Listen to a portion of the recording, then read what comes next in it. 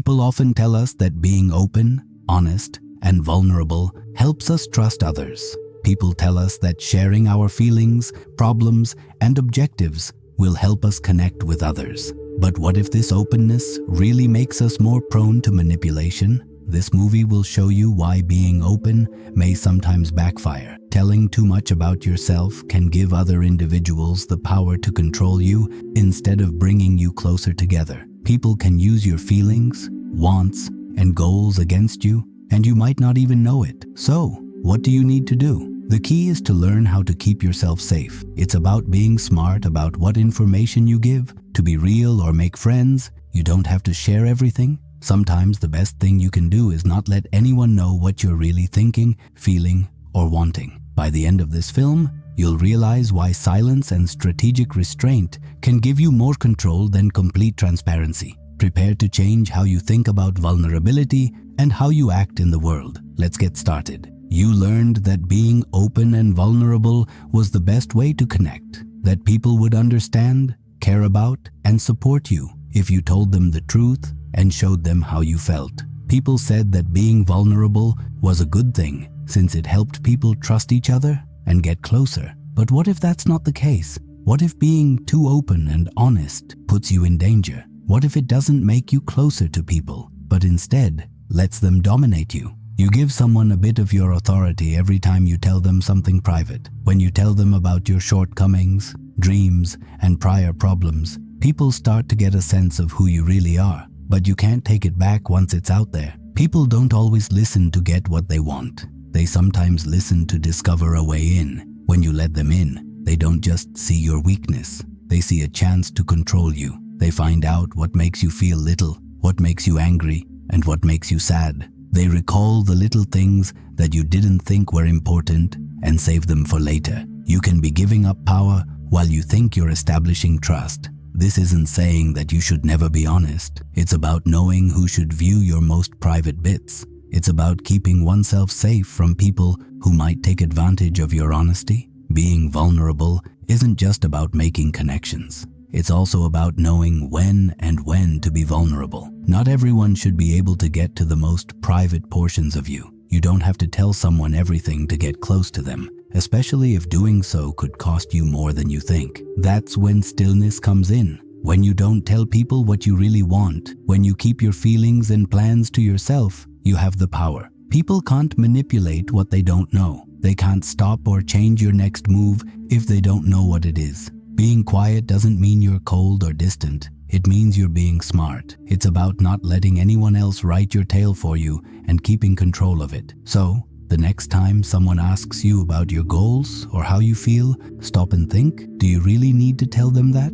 Is it something that could hurt your relationship? Or is it something that could help it? You stop giving others the chance to use your weaknesses when you stop giving them away, and you start to take charge again. Your quiet is your most powerful weapon in a world where what you say can give you power. You defend what matters most, yourself, by making your words hard to decipher, hard to predict, and strategic. People have told you that being open about your feelings makes you honest and human. Some people think that being open and honest with others makes them closer, fosters trust, and strengthens relationships. But they don't warn you that once you expose your feelings, they're not just yours anymore. They turn into data that other people can use to control you. People don't always respond with kindness when you tell them what hurts, scares you, or makes you feel uneasy. They keep that information to themselves and use it against you when the time is perfect. They learn how to get you angry and how to press your buttons. They know exactly how to get to you,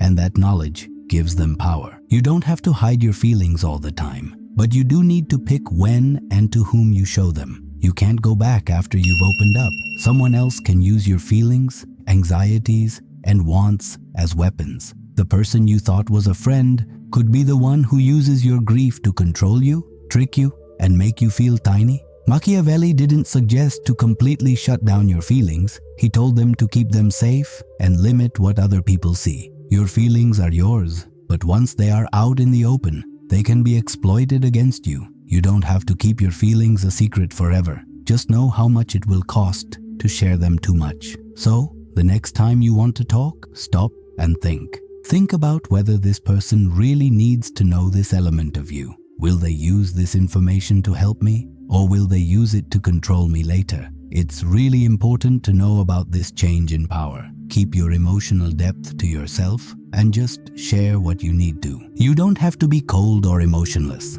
It's about being smart about how weak you are. You need to recognize that your emotional depth is a strength, but once it's out in the open, it can be exploited against you. Keep in mind that exposing your feelings too soon can make you look weaker than you are. People can think you're insecure because you're open, and from there, they can start to test your limits. The idea is to stay calm and in control of your emotions. Let your feelings out, but only when you want to. When you tell people too much too quickly, they might respond, manipulate, and dominate you.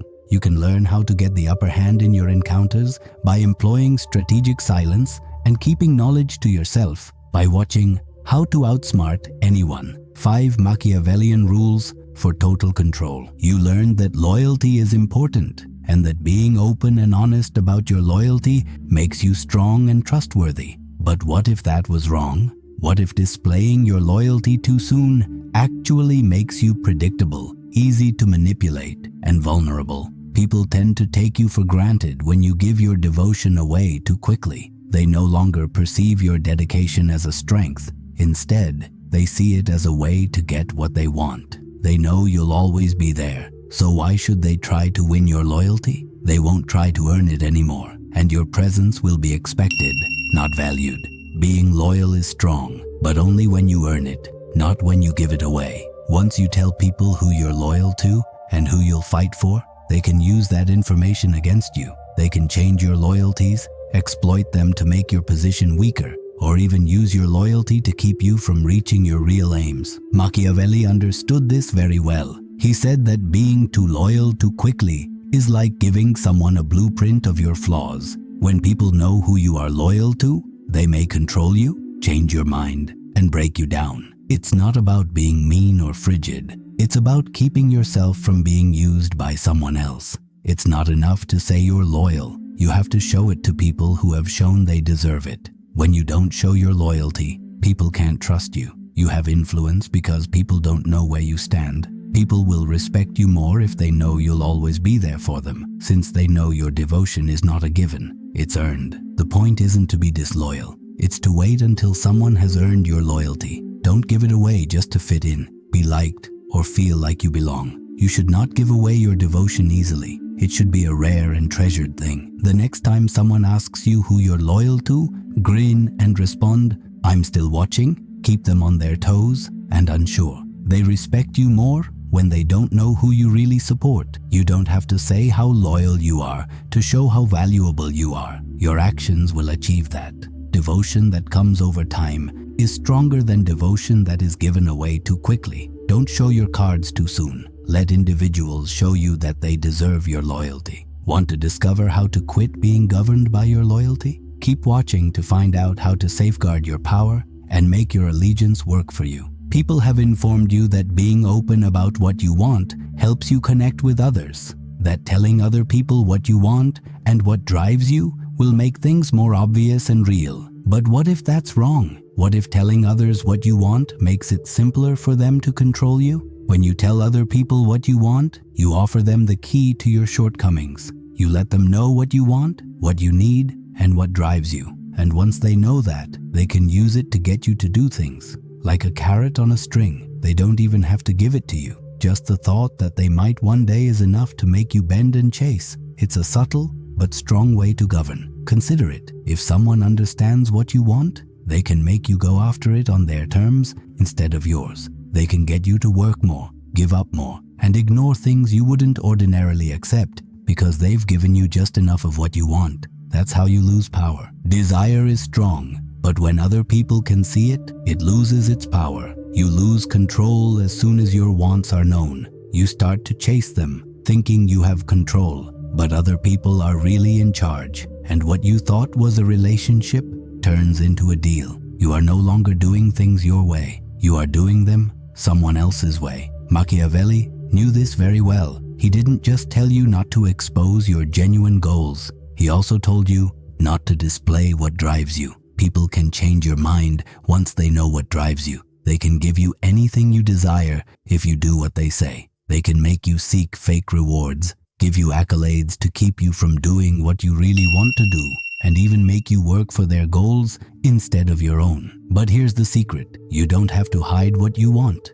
You simply need to keep it to yourself. Don't tell anyone about them. Let them give you power, but don't let anyone else see them. When you stop telling others what you want, you stop letting them control it. Your wants are no longer someone else's instrument. They are your strength again. So, the next time someone asks you what motivates you, just smile and respond, "I'm still working on it." Don't give them any clues. Keep them guessing. You can't be controlled if you don't know what you want. You are still in charge. Do you want to understand how to safeguard your wants and stop letting other people dominate you? Keep watching to find out how being quiet might help you stay in charge. You were taught that being honest about your history makes you trustworthy, and that talking about your mistakes and regrets demonstrates that you have grown and are real. But here's the truth. Not everyone sees it that way. People don't always regard it as a sign of strength when you show them your flaws, weaknesses, and past. They think it's a weakness that they can use against you when it works for them. You may have gone through this. You thought that sharing a mistake, a regret, or a part of your past would help you connect more deeply. But later, you saw those details thrown back in your face. All of a sudden, the person you thought knew you used your history to question your present, to make you look bad, or to stop you from growing. Someone else used your weakness to further their own goals. This is why it's so important to keep your history safe. You don't have to tell everyone everything about your past, especially if it's still fresh or full of feelings. There are portions of you that should only be seen by you, not by others. When you tell someone everything about your past, they don't see you as you are today. They see you as you were. Your prior mistakes, your old anxieties, your regrets, these become the story they hang on to, even when you've moved on. Machiavelli said not to show too much of oneself, especially when it comes to things that could be